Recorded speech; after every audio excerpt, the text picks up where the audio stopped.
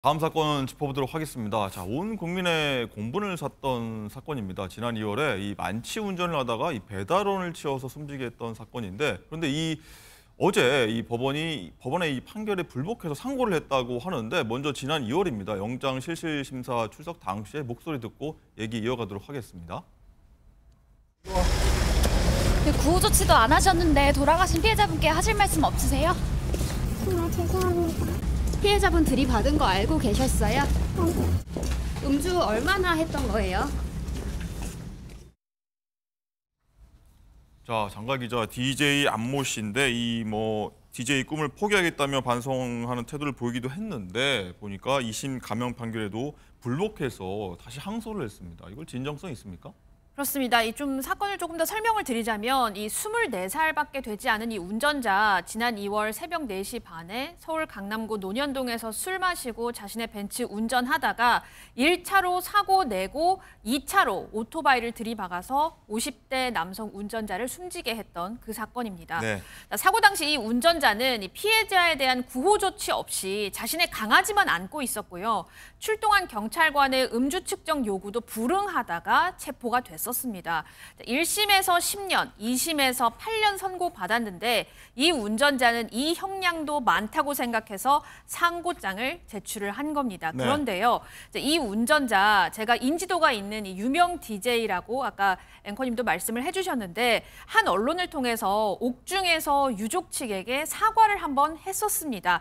그런데 내용이 좀 기가 막혔던 게요. 이 운전자는 저 역시 어린 시절 아버지를 잃고 어머니와 단둘이 살면서 그 슬픔과 빈자리를 잘 알고 있다. 그래서 피해자께 죄송하다라고 언급을 한 바 있습니다. 그런데 알고 보니까 이 여성 운전자의 아버지가 살아 있었거든요. 네. 자, 그런데 자신이 또 어린 시절 아버지를 잃고라고 말을 해서 당시 이 피해 사망자가 50대 남성이기 때문에 그렇게 거짓으로 꾸며서 사과를 한 거냐 이런 비판에 직면하기도 했었습니다.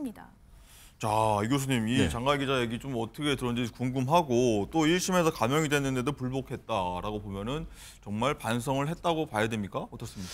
그러니까 이제 그 부분이 상당히 비난 가능성이 오히려 좀 높아지는 그런 대목이 아닌가 저는 그런 네. 생각이 들고요. 더군다나 지금 그 행태를 보게 되면 그 운전을 했을 때 하지 말아야 할 행위를 모두 망라적으로 한 것이 아닌가 생각이 드는 거죠. 첫 번째는 당연히 지금 음주한 상태에서 운전했기 때문에 가장 잘못이죠. 네, 그 혈중 알코올 농도가 그 면허 취소 수준을 훌쩍 넘는 0.024%로 알려져 있고요. 뿐만이 아니고 사람을 사망케 했습니다. 그 위험 운전 그 치사의 혐의죠. 더군다나 그 피해자는 열심히 일을 하는 그 운전 도로 소위 말해서 그 라이더라고 부르시는 뭐 그런 것인데, 그야말로 열심히 지금 일을 하고 있는 것에 느닷없이 이런 사망이라고 하는 결과가 생긴 뭐 이런 점에서부터, 더군다나 그 사고가 나기 직전에 또 다른 교통사고가 있었으면 이것에 대한 보호 조치 이런 것을 다 해야 되는데, 이른바 그 뺑소니 도주 치상의 또 혐의도 있는 것이죠. 네. 이렇게 그 망라적인 비난을 받아야 할 행위를 했는데, 그런데 그 본인의 그 이야기 자체를 이렇게 1심 등을 통해서 보게 되면 마치 피해자가 근본적인 원인을 제공한 것처럼 피해자가 2차선을 갔으면 이런 사고가 없었을 것이다. 뭐 이러한 그 변명 아닌 변명도 한 것 같고요. 어떻게 이런 변명할 수 있을까요? 더군다나 그와 더 나아가서 본인도 무엇인가 왜곡된 특권 의식을 갖고 있는 것이 아니냐. 바꿔 얘기하면은 해외에서 일정한 국위 선양을 했는데 내가 지금 뭐 이런 상황에 있어서 앞으로 좀 열심히 하겠다. 그러니까 일정한 뭐 특권 의식에 비추어서 조금 용서를 바라고 감형을 바란다라고 하는 이런 마음 자세와 사고 방식조차도 사실상 이렇게 양형이 너무 과하다고 하는 이유로 대법원 상고를 구할 과연 자격이 있느냐. 물론 피고인이기 때문에 자신의 그 방어권을 충분히 행사해 범직도 하지만 네. 이 보통 평균인의 입장에서 보게 되면 기본적인 자세가 조금 못 미치는 것이 아닌가 생각이 되고, 더군다나 아마 1심 상황에서는 이 사실도 인정을 안 하고 계속 부인을 했던 것 같습니다. 2심에 가서야 일부 좀 자백을 해서 그나마 양형이 2년은 줄어들었음에도 불구하고 뭐 계속 대법원의 상고를 취하는 것은 진정한 반성의 마음이 과연 있는 것인가에 의문을 갖게 하는 대목으로 생각됩니다. 자, 이건 변호사님, 시청자 여러분들은 이 내용 보고 어떻게 받아들일지 사실 궁금하긴 한데, 대법원 판단은 어떻게 나오리라 좀 예상을 하시겠습니까? 상고장을 제출했지만요. 상고가 기각될 가능성이 매우 높습니다. 왜냐하면 지금 피고인은 2심에 들어서는 범행 일체를 자백하지만 또 감형도 2년 받았습니다. 그래서 1심에서 10년이 선고됐다가 2심에서 8년으로 감형이 네. 되었는데 이조차도 양형이 너무 무겁습니다. 라면서 대법원에 상고장을 지금 제출한 상고심이 계속되는 그런 상황인데요.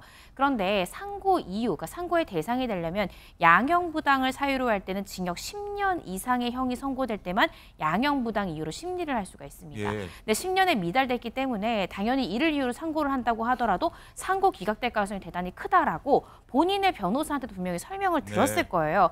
그런데 왜 상고장을 제출했을까? 제가 조심스럽게 추측을 해보면요. 아무래도 판결의 확정을 좀 미룰 목적이 아닌가 싶습니다. 판결이 확정되어 버리면 더 이상 미결 상태가 아니라 기결 상태로 바뀌죠. 근데 미결 상태에서는 변호인의 접견도 좀 자유롭고요. 그 횟수에서도 제한이 없습니다.